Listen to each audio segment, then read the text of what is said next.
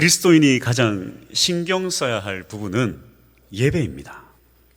그러나 일상화되고 형식화되기 쉬운 것도 예배입니다. 더군다나 이 코로나의 여파로 가장 심하게 훼손되고 무너진 것도 예배입니다. 토저는 이렇게 말합니다.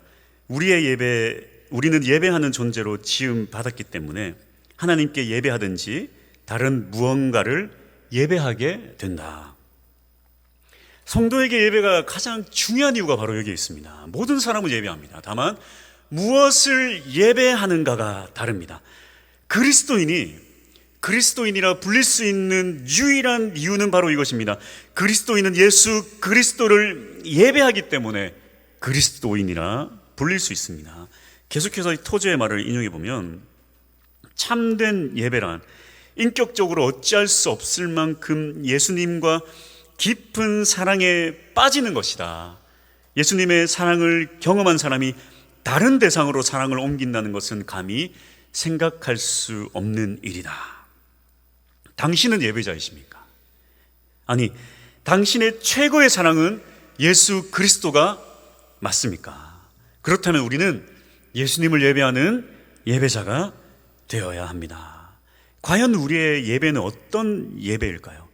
여러분, 사랑한다면 고민해야 돼요. 사랑한다면 항상 새로워야 합니다. 사랑하는 사람과의 만남도 이렇게 깊은 고민과 새로움이 필요합니다. 사랑에 빠지니까 그 사람만 보이더니 사랑이 식으니까 시계만 보이더라. 이 사람과의 만남도 마찬가지예요. 지겨워지고 그러다 보면요, 우리가 왜 만나야 되나, 맨날 영화 보고 뭐 하고, 참으로 사람과의 만남도 지겨워지고 어려워질 수 있습니다. 혹시 우리의 예배가 권태기에 빠졌다면 주님과의 관계를 다시 고민하고 다시 새로워져야 할 줄 믿습니다. 이스라엘 백성은 이제 포로에서 돌아와서 정말 어렵게 성전을 다시 건축했습니다. 정말 예배드리고 싶어 했어요. 그러나 그렇게 어렵게 성전을 세우고 또 어렵게 예배가 시작되었는데 금방 이들은 종교적으로 변하고 또 매너리즘에 빠져버렸습니다. 이 말라기에서 보여주는 참혹한 예배 현장을 통해서 우리의 예배를 다시 한번 점검해 보기 원합니다. 첫 번째, 우리 한번 같이 읽어볼까요? 자, 시작. 마음을 다하는 예배인가? 하나님은 지금 이스라엘의 예배를 질타하십니다. 6절. 내 이름을 멸시하는 제사장들아, 나 만군의 여호와가 너희에게 이르기를 아들은 그 아버지를, 종은 그 주인을 공경하나니 내가 아버지일진데 나를 공경함이 어디 있느냐? 내가 주인일진데 나를 두려워함이 어디 있느냐? 질타의 이유가 무엇입니까? 하나님이 너희 아버지인데 공경함이 어디 있으며 하나님이 너희 주인인데 두려워함이 어디 있느냐? 공경은 존경하고 존귀 여긴다라는 의미가 있고요, 두려워함은 경외한다라는 의미가 있습니다. 예배는 하나님을 공경하고 경외하는 마음에서부터 출발합니다. 마음에서 출발하는 게 바로 예배입니다. 그러나 그들은 하나님에 대한 애정이 식어버렸습니다. 13절. 또 말하기를 이 일이 얼마나 번거로운고. 원문 그대로 번역하면 이 얼마나 지겨운 것인가. 아주 절규조의 감탄문이. 이스라엘 백성이 하나님께 예배드리는데 이 얼마나 지겨운 일인가. 이런 애정이 빠져버린 예배에 대해서 하나님 아주 환멸을 느끼십니다. 이사야 29장 13절. 주께서 이르시되 이 백성이 입으로는 나를 가까이하며 입술로는 나를 공경하나 그들의 마음은 내게서 멀리 떠났나니 그들이 나를 경외함은 사람의 계명으로 가르침을 받았을 뿐이라. 하나님께서 이스라엘 백성을 선택하셔서 백성 삼으셨는데 그 구원의 은혜를 잊어버린 것입니다. 특히나 이 말라기 때 백성들은 어떻습니까? 바벨론 포로 때는 그렇게 고통스러웠어요. 우리의 성전이 무너졌다. 우리가 성전에서 예배 드릴 수 없다. 그래서 그들은 성전 세우기를 그렇게 원하고 예배 드리기를 간절히 원했어요. 70년 동안이나. 그런 그들이 포로에서 해방되고 가장 먼저 한 것이 바로 성전을 세우는 것이었습니다. 온갖 방해 때문에 22년간 성전을 세울 수 없었지만 그럼에도 불구하고 그토록 원하던 성전을 세우고 또 그곳에서 예배를 드릴 수 있게 되었어요. 그럼에도 불구하고 반복된 일상 속에서 이제 별일 없습니다. 문제가 없으니까 이제 이들은 예배가 번거롭고 지겨워진 것입니다. 그렇다면 우리의 예배는 어떠한 예배일까요? 포로에서 해방된 이 백성들과 비교할 수 없을 정도로 큰 은혜를 받은 우리가 아닙니까? 바로 예수 그리스도께서 우리를 위하여 십자가를 지신 것입니다. 우리의 모든 죄를 위해서 예수님 죽으신 거예요. 그런 예수님의 은혜가 이제는 그 구원의 감격도 사라지고 예배가 번거롭고 지겨워졌다. 코로나 때 사실은 참 좋았는데 씻지도 않고 소파에 누워서 TV 한번 탁 틀면 예배 드릴 수 있었는데 왜 코로나가 사라져가지고 예배가 번거롭고 지겨워진다는 것은 이 십자가의 구원의 은혜가 우리에게서 사라졌다는 것입니다. 저는 솔직히 이 십자가의 처형을 잘 이해를 못했어요. 아니, 십자가가 왜 세상에서 가장 잔인한 그리고 고통스러운 형벌인가? 저는 되게 궁금했습니다. 아니, 그거 물론 손과 발에 못이 박히면 아프죠. 아픈데 우리나라도 굉장히 센 형벌들이 많이 있지 않은가? 막 육실 한다 그러죠. 육시한다고. 그래서 막 6등분 한다고 막 그런 형벌도 있고, 아프게 하겠지만 이게 그렇게까지 문제가 되는 형벌인가? 제가 그런 생각을 했었습니다.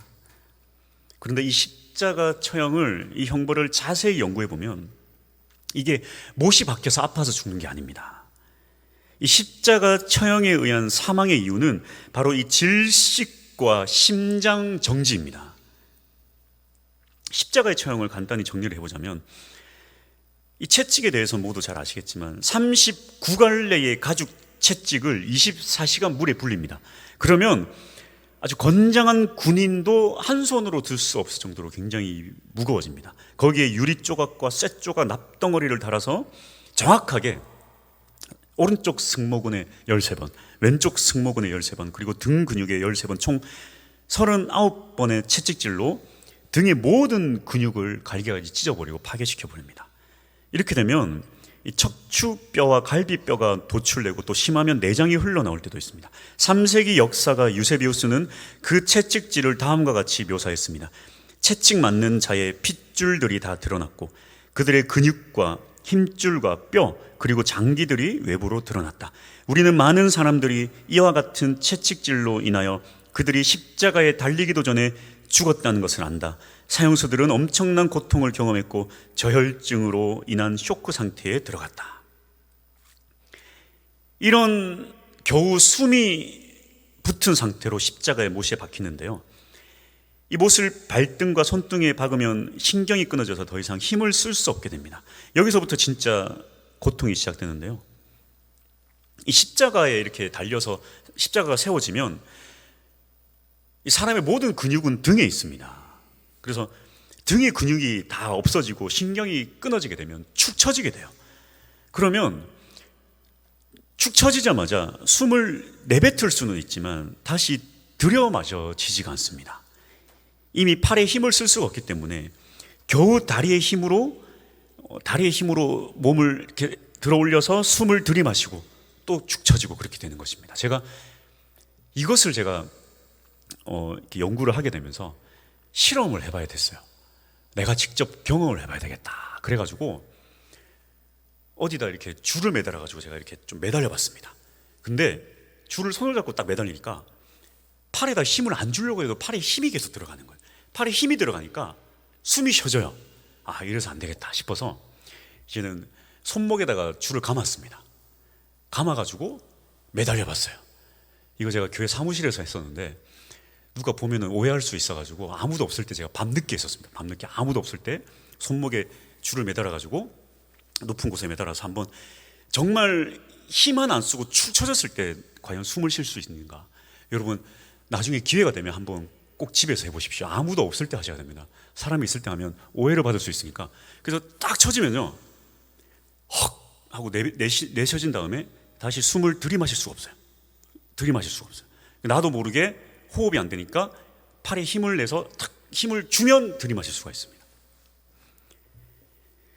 그러니까 더 이상 팔의 힘으로 숨을 들이마실 수가 없으니까 겨우 다리 힘으로 들어올려서 겨우 숨을 들이마시고 또 힘이 빠져서 또 한참 동안 숨을 못 쉬고, 이게 점점 이 숨 한 줄기 한 줄기를 겨우 고통스럽게 내쉬면서 점점 호흡이 가빠지고 질식하게 됩니다. 그리고 이 심장 주위에는 심장을 보호하는 심낭이라는 주머니가 있는데요, 이 심장과 심낭 사이에는 소량의 물이 있어서 심장과의 마찰을 줄이고 또 보호를 합니다. 그런데 이렇게 점점 질식을 하게 되면 이산화탄소가 증가하게 되고 또 심각한 외상, 또 과다 출혈로 인해서 이 심낭에 물이 증가하게 되면 점점 심장을 압박하게 됩니다. 이것을 이 심낭 삼출이라고 합니다. 결국 이 심낭 삼출이 심해지면 심낭에 있는 물들이 많아지면서 심장을 압박하다가 결국 이것이 터져서 정지하게 됩니다. 그리고 이 십자가형은 사형이기 때문에 반드시 죽었는지 살았는지 확인 사살이 필요합니다. 군인들이 만약에 십자가 사형으로 사람이 죽지 못하면 자기들이 대신 죽습니다. 그래서 실패하지 않기 위해서 마지막에 한 번 더 점검을 하는데요, 요한복음 19장 32절에서 34절입니다. 군인들이 가서 예수와 함께 못 박힌 첫째 사람과 또 그 다른 사람의 다리를 꺾고 예수께 이르러서는 이미 죽으신 것을 보고 다리를 꺾지 아니하고. 그러니까 다리를 꺾는 이유가 무엇인가? 살아있는 사람 다리를 꺾는 이유는 이들도 이미 상체는 힘을 못 쓰기 때문에 하체의 힘이 여전히 살아있어가지고 힘이 남아있어서 이들이 숨을 쉬기 때문에 안 죽은 거예요. 그래서 다리를 꺾어버린다는 것은 결국 매달려서 질식해서 죽게 만드는 거예요. 다리를 꺾지 않고 예수님은 이미 돌아가셨기 때문에. 34절, 그중 한 군인이 창으로 옆구리를 찌르니 곧 피와 물이 나오더라. 피와 물이 나오더라. 이것이 바로 이 심낭 삼출의 증거입니다. 밑에서 옆구리를 찌르게 되면 이렇게 관통을 해요. 이건 뭐냐면 죽었는지 한 번 더 확인하기 위해서 심장을 찌르는 것입니다. 그렇게 심장을 찔러서 뺐더니 물과 피가 나왔다. 이것은 이제 물이 고였기 때문에 물과 피가 나왔다. 이게 심낭 삼출이라고 전문가들은 이야기하고 있습니다. 예수님은 이 십자가의 사건을 통해서 자신의 몸과 자신의 호흡과 자신의 심장까지 모든 걸 우리에게 내어 주신 것입니다. 이것이 바로 십자가 구원의 은혜예요. 베스트셀러 작가인 오스왈드 챔버스 목사는 이렇게 말합니다.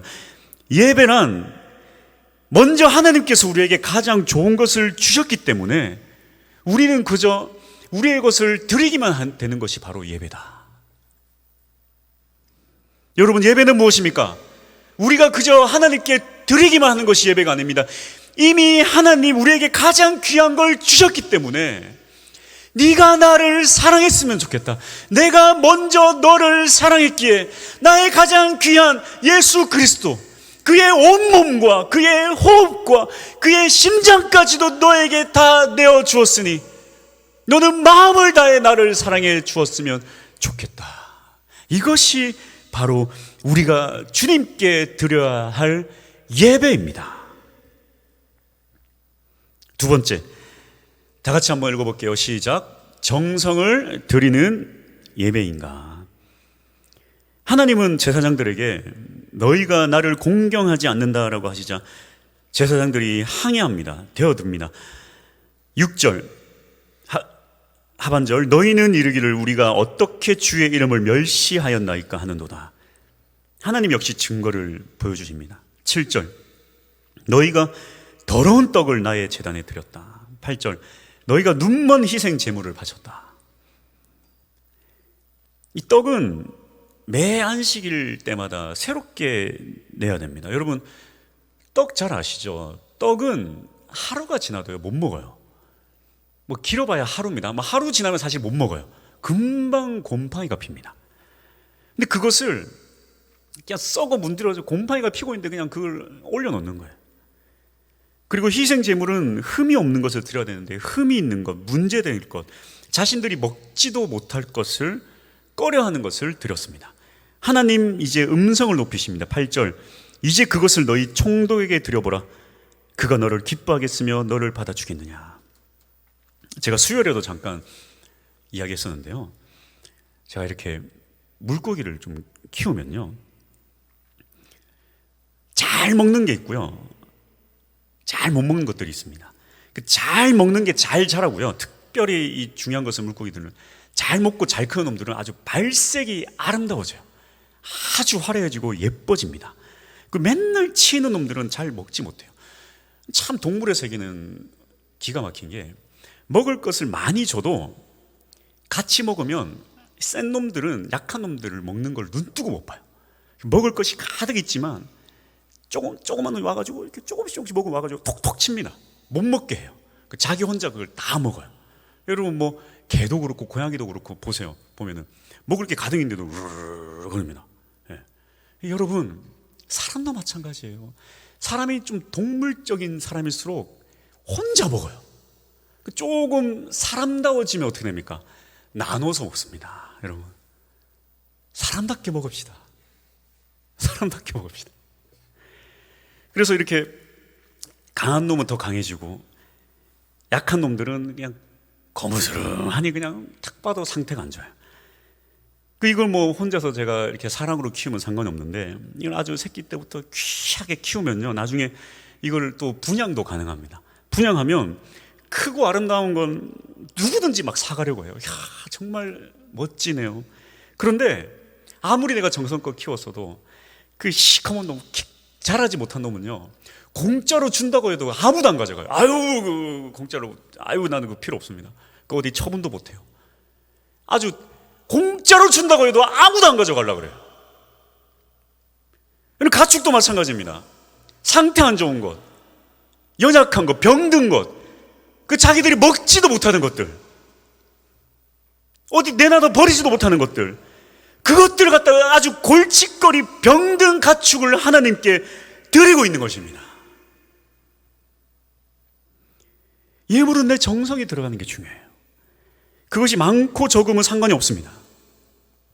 지금은 어디 뭐 가축을 데려다가 예물을 드리는 것이 아니고, 지금은 이렇게 우리가 헌금으로 드리고 있는데요, 여러분 그 헌금도 마찬가지예요. 무슨 많고 적음의 문제가 아니라 우리는 정성껏 그것을 준비하는 것이 중요합니다. 그래서 제가 이렇게 봉투에 미리 준비를 하라는 것이 바로 여기 있어요. 여러분 가능하면 그것이 많고 적음이 아니에요. 그래서 주일 헌금은 이제 내년이 되면 1년 동안 쓸 수 있는 헌금 봉투로 바꿀 텐데, 여기에 저는 주일 헌금만큼은 얼마를 적었는지 금액을 안 적었으면 좋겠어요. 그래서 좀 첫 번째로 자유로웠으면 좋겠고요.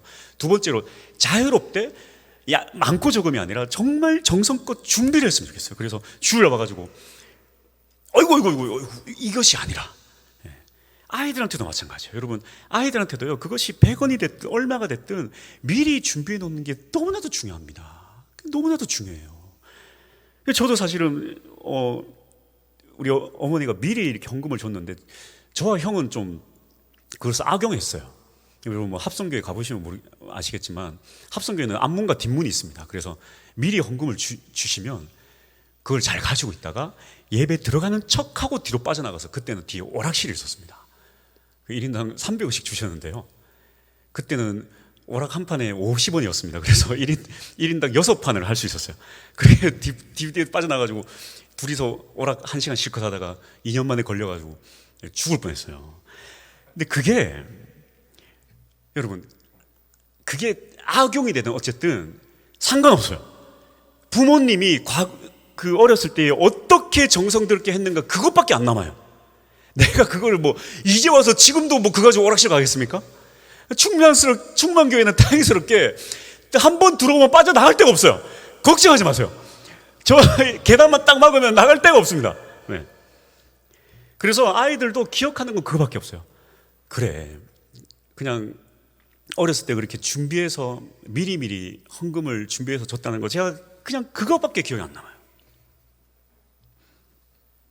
정말 잘 준비된 예물이 중요합니다. 많고 적으면 중요한 게 아니에요. 그리고 나 자신도 주일만큼은 최선을 다해 주셔야 됩니다. 깨끗하게 또 잘 정돈하고, 가능하면 또 비싼 옷이 아니라 제일 좋은 옷, 비싼 옷이 아니라 정성스럽게. 저도 사실 주일날 머리를 이렇게 만지작거리잖아요. 저는 이거 되게 힘들어요, 여러분. 아침에 한 30분이나 걸리고요. 이것도 저녁에 씻어야 돼요. 그래도 주일만큼은 제가 정성을 다합니다. 여러분, 함께 정성을 다 하셔야 돼요. 그리고 또 한 가지 제가 이번에 또 경험한 것이 있는데요. 사실 제가 처음 와가지고 강대상도 바꾸고 또 피아노도 이렇게 없앴는데요. 원래 교회 부임하면 그러면 안 됩니다. 그리고 이 강대상하고 피아노는 건들면 안 돼요. 그런데 교회가 오래되면, 여러분 잘 들으세요. 교회가 오래되면 나중에 헌신들 때문에, 헌신하신 것들 때문에 교회들이 고생을 해요. 왜? 이것도 누가 헌신했고, 이것도 누가 헌신했고, 이것도 누가 헌신했고, 그래가지고 아무도 그걸 못 건들게 한다는 거예요. 근데 제가 이번에 깨달은 것이 무엇입니까? 헌신하는 것도 귀한 믿음이지만 그 헌신을 없애는데도 순종하는 것도 이거 정말 귀한 헌신이구나. 정말 귀한 예물이구나. 제가 이번에 그걸 느꼈어요. 그래서 교회 안에서 내가 열심히 봉사하는 것도 은혜지만 내가 한 발 뒤로 물러서는 것도 정말 주님 앞에 드리는 귀한 은혜라는 걸 제가 이번에 깨달았습니다. 그런 의미에서 이 충만교회는 얼마나 하나님 기뻐하실까요, 여러분. 이 강대상도 그렇고, 이 피아노도 사실은 우리 장로님께서 개인 돈으로 비싼 거 이렇게 헌신하셨잖아요. 그 팔면서 얼마나 그 속이 상하셨을까요? 그래도 그게 주님 앞에 은혜예요. 할렐루야! 하나님께서 기뻐 받으실 것입니다. 그래서 여러분, 교회 다 마찬가지입니다. 헌신할 때는 기쁘게 하시고 잊어버리셔야 돼요. 그게 사라졌든지 없어졌든지 그것이 주님 앞에서 은혜입니다. 세 번째, 다 같이 한번 읽어보겠습니다. 시작. 삶이 뒷받침된 예배인가. 당시 이스라엘은 모범적인 삶이 없었습니다. 즉 본이 되지 못했습니다. 말라기 2장 7절에서 8절.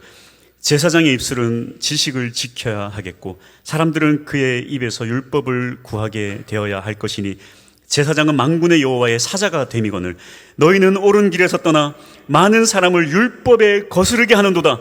나 만군의 여호와가 이르노니 너희가 레위의 언약을 깨뜨렸느니라.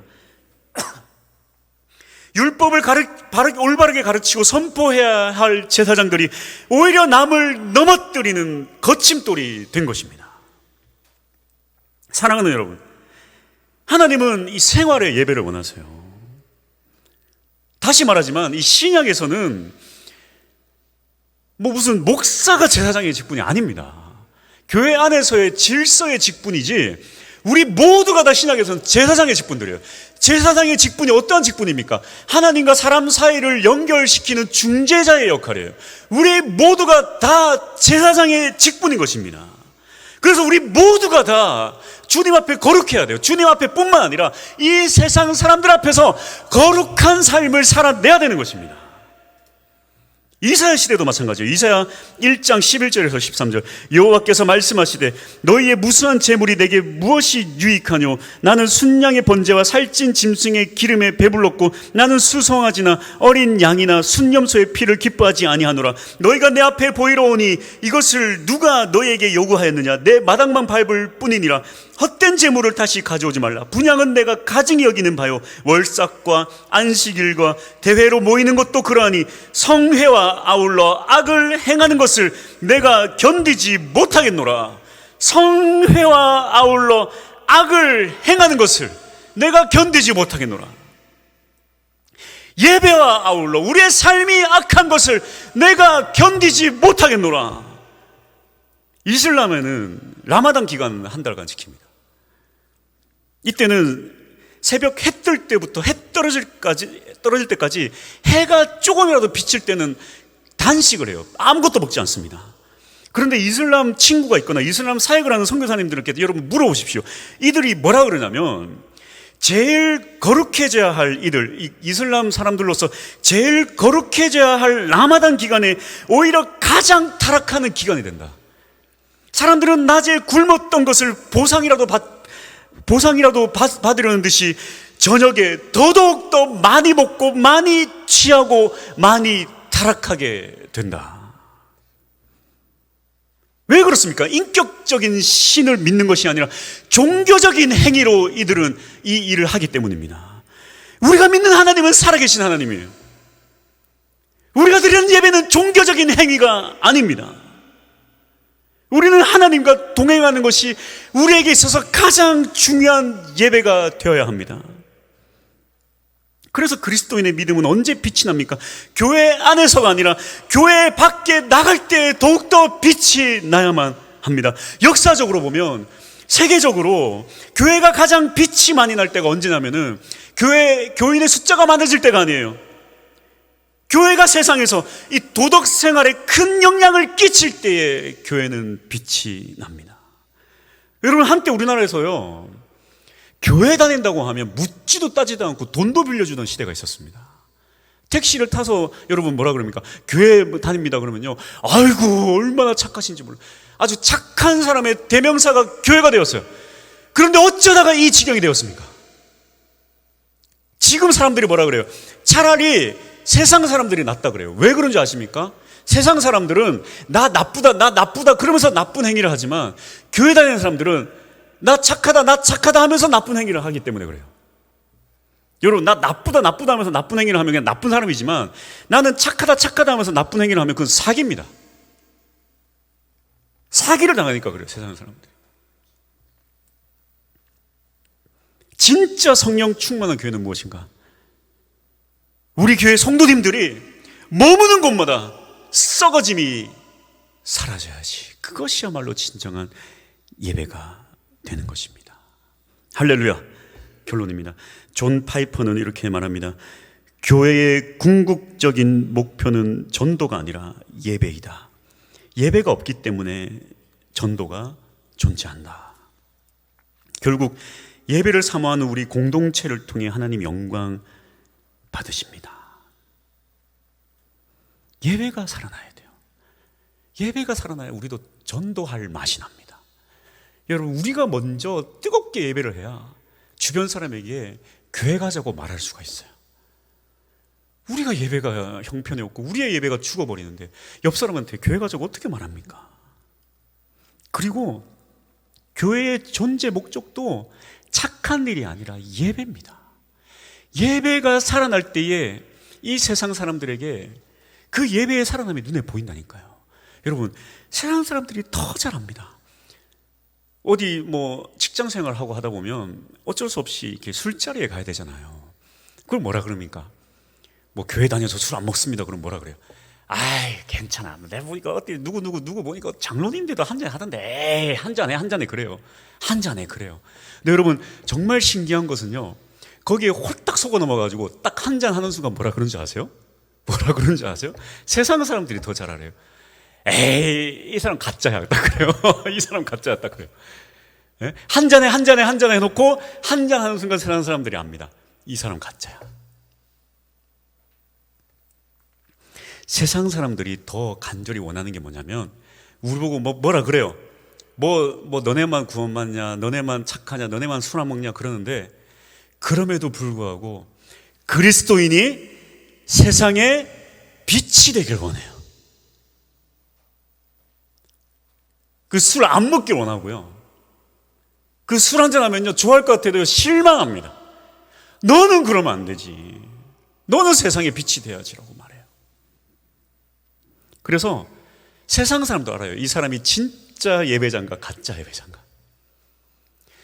세상에 교회가 빛이 되는 방법도 착한 일이 아니라 진짜 예배자가 될 때에 교회가 세상에서 빛이 될 수가 있습니다. 이번에 김윤진 간사님을 초청해서 이렇게 집회가 있었는데요. 사실 그분은 찬양으로 많이 알려져 있지만 제가 볼 때는 간증이 더 은혜스러워서 제가 꼭 초청을 하고 싶었어요. 제가 6년 전에 거의 4시간 동안 그분과 이야기를 이렇게 좀 나누었던 적이 있습니다. 그때 어떤 이야기를 나눴냐면 처음으로 나한테 이야기를 한다고 얘기를 하더라고요. 그래서 이제 겨우 찬양사역으로 이름이 알려지고 막 찬양사역이 좀 활짝 피게 되었는데 조금 목에 문제가 있어서 그냥 좀 목을 어떻게든 좀 해보려고 병원에 갔더니 목에 사형 선고를 받은 거예요. 노래 부를 시간이 얼마 남지 않았다. 그래서 참 어떻게 하면 좋냐고 그렇게 이야기를 했을 때가 있었습니다. 그래서 제가 뭐 남 이야기라 쉽게 이야기한다고 할 수 있겠지만 참 그래도 그렇게 말했어요. 하나님이 더 크게 쓰시려나 봅니다. 하나님이 더 귀하게 쓰시려나 봅니다. 아니나 다를까 매 예배 때마다 인생을 던지더라고요. 저는 참 그 사실을 아니까 야, 저러면 안 되는데 저러면 안 되는데 여러분 한번 영상으로 보시면 한 40분을 예배를 인도를 해요. 그것만으로도 목에 심각한 무리가 가는데 여러분 이렇게 목회자들이 나중에 막 목에 무리가 가면 왜 그러냐면 통성기도를 너무 심하게 해서 목에 무리가 가요. 그래서 통성기도만 조금만 해도 목이 살아납니다. 특별히 주여 이거 조금만 해도 괜찮아요. 그래서 목회자들도 오늘은 좀 적당히 가자 그러면 주여 이렇게 해요. 주여 이렇게 목이 쉽니다. 그런데 여러분 이분 하는 거 보면요 목이 나가는 걸 알면서도 주여 이렇게 해요. 야, 저러면 목 나가는데 목이 생명인데 그렇게 자신의 인생을 자신의 삶을 던져내는 것입니다. 이것이 바로 예배예요. 이것이 바로 내 목이 이제 끝날 줄 알면서도 주님 이것까지도 주님 나를 받아 주시옵소서. 삶은 참 아이러니합니다. 나를 위해 그렇게 발버둥 칠 때는 오히려 되는 게 하나도 없는데 내가 남을 위해 살아갈 때에 내 삶이 더 나아질 때가 있어요. 예배도 마찬가지입니다. 내가 나를 위해서 발버둥 칠 때는 아무 일도 되지 않다가 내가 주님 앞에 예배하며 나아갈 때에 주님께서 내 인생을 더욱더 값지게 세워주신다라는 것입니다. 주님 앞에 나아가는 삶이 되십시오. 주님 앞에 헌신하는 삶이 되십시오. 주님에게는 공짜가 없습니다. 주님은 반드시 예배자를 기억하고 환난 날에 어려울 때 반드시 여러분을 세워주실 것입니다. 할렐루야. 이제 찬양하겠습니다. 아무도 예배하지 않는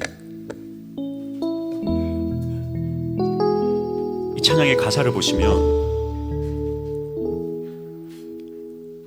내가 밟는 모든 땅 주를 예배하게 하소서. 여러분을 통해서 이 세상이 달라질 수 있기를 소망합니다. 교회는 수많은 종교인들이 필요한 것이 아니라 단 한 명의 예배자가 필요합니다. 예수 그리스도가 모든 것을 쏟아내어 우리를 살려주셨기에 그 마음을 이해할 수 있는 단 한 명의 예배자. 그래서 수많은 대단한 사람들이 많았지만 하나님은 아브라함 한 명을 선택하셨습니다. 그리고 그에게 아들을 바치라고 했을 때에 아브라함은 뒤도 돌아보지 않고 그 아들을 하나님께 바치려고 했습니다. 하나님 위로를 받으시는 거예요. 네가 내 마음을 제일 잘 알고 있구나. 내 가장 귀한 아들을 너희에게 주려는 내 마음을 네가 가장 잘 알고 있구나. 그래서 정성 들인 예배는 하나님께서 기뻐 받으세요. 너야말로 내 마음을 가장 잘 알고 있구나. 저의 꿈은 그렇습니다. 세계적인 설교자, 그거는 안 될 게 뻔하지만 그래도 제 꿈꾸는 건 뭐냐면 세계에서 가장 예배를 사모하는 교회, 그 교회가 되는 것이 꿈이에요. 제 혼자 되는 것이 아닙니다.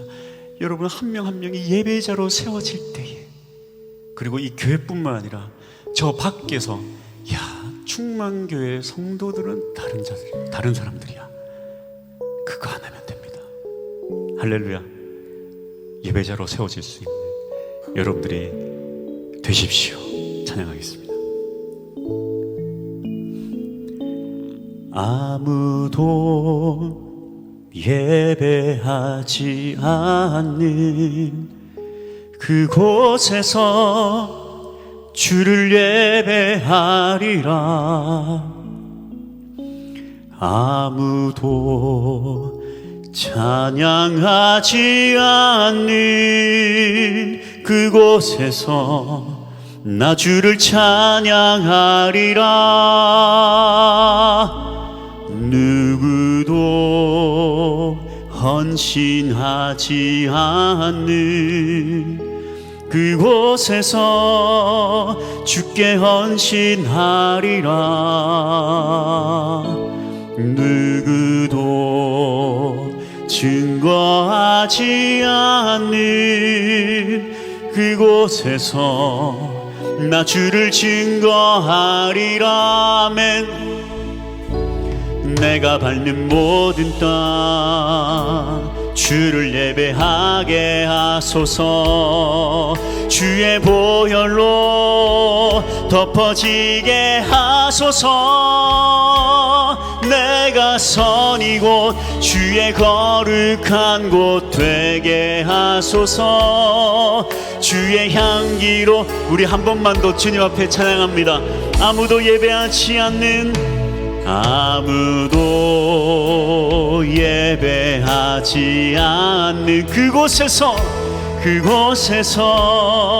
주를 예배하리라. 아무도 찬양하지 않는 그곳에서 나 주를 찬양하리라. 누구도 헌신하지 않는, 누구도 헌신하지 않는 그곳에서 주께 헌신하리라. 누구도 증거하지 않는 그곳에서 나 주를 아멘. 내가 밟는 모든 땅 주를 예배하게 하소서. 주의 보혈로 덮어지게 하소서. 내가 선 이곳 주의 거룩한 곳 되게 하소서. 주의 향기로, 아멘. 이 시간에 믿음으로 고백합니다. 내가 밟는 모든 땅 주를 예배하게 하소서. 주의 보혈로 덮어지게 하소서. 내가 선 이곳 주의 거룩한 곳 되게 주의 향기로 물들이소서. 우리 한 번 더 주님 앞에 나아갑니다. 내가 밟는 모든 땅 주를 예배하게 하소서. 주의 보혈로 덮어지게 하소서. 내가 선 이곳 주의 거룩한 곳 되게 하소서. 주의 향기로 물들이, 이 시간에 결단하며 나아갑시다. 예배자로 나아가게 하옵소서. 예배자의 삶이 되게 하옵소서. 이 세상을 변화시키는 것은 오직 예배자만이 세상을 변화시킬 수 있습니다. 2023년 하나님, 내 삶에 오직 무엇이 남았는가? 주님을 예배하는 예배만 남았습니다. 오직 예배드리는 예배자가 되겠습니다. 이 시간에 주님 앞에 결단하며 나아갈 때에 하나님, 나의 모든 정성을 바쳐서 예배할 수 있는 예배자가 되게 하여 달라고 주님 찾고 기도합니다. 주여,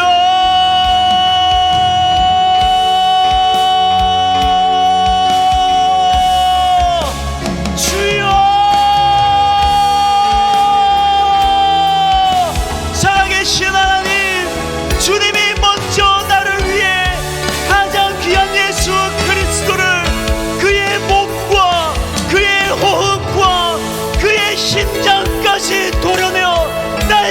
주셨음을 기억합니다. 하나님 아버지, 내게 가장 귀한 것 주신 주님 앞에 내가 드릴 수 있는 건 내 마음밖에 없사오니 내가 내 마음을 다하여 주께 예배하게 하옵소서. 이 시간에도 한 명의 예배자를 찾으시는 주여, 내가 여기 있나이다. 나를 받아 주옵소서. 주께 예배하며 나아가는 귀한 예배자가 되게 하여 주옵소서. 나를 받아 주옵소서. 나를 받아 주옵소서. 성령 충만한 삶을 살게 하옵소서. 하나님 보시기에 가장 귀한 것 나 자신을 드리는 귀한 우리의 삶이 될 수 있도록 주여 붙들어 주옵소서. 하나님 우리를 받아 주옵소서. 우리를 받아 주옵소서. 이 세상 가운데 살아가면서 한 가지 기억하고 싶은 건, 하나님 보실 때에 네가 바로 참된 예배자다. 하나님의 이러한 주님으로부터 칭찬받게 하옵소서. 오직 예배자로서 기억에 남을 수 있도록 주님 앞에 예배하며 나아갈 수 있는 우리의 삶이 되게 하여 주옵소서. 아멘 아멘. 내가 밟는 모든 땅 주를 예배하게 하소서. 주의 보혈로 덮어지게 하소서. 내가 선 이곳 주의 거룩한 곳 되게 하소서. 주의 향기로 물들 내가 밟는 모든 땅, 내가 밟는 모든 땅 주를 예배하게 하소서. 주의 보혈로 덮어지게 하소서. 내가 선 이곳 주의 거룩한 곳 되게 하소서. 주의 향기로 물들이소서. 주 예수 그리스도의 은혜와 하나님의 사랑과 성령의 교통하심이, 주님이 찾으시는 한 사람, 참 예배자, 온 세상이 주님을 멸시하고 주님을 멀리할 때 오직 주님께 가장 귀한 것 드리는 참 예배자 여기 있사오니 우리를 받아 주옵소서. 평생에 주님 앞에 예배자의 삶으로 살아가기로 결심한 모든 충만교회 성도들 머리 위에 영원토록 함께 있을지어다. 아멘.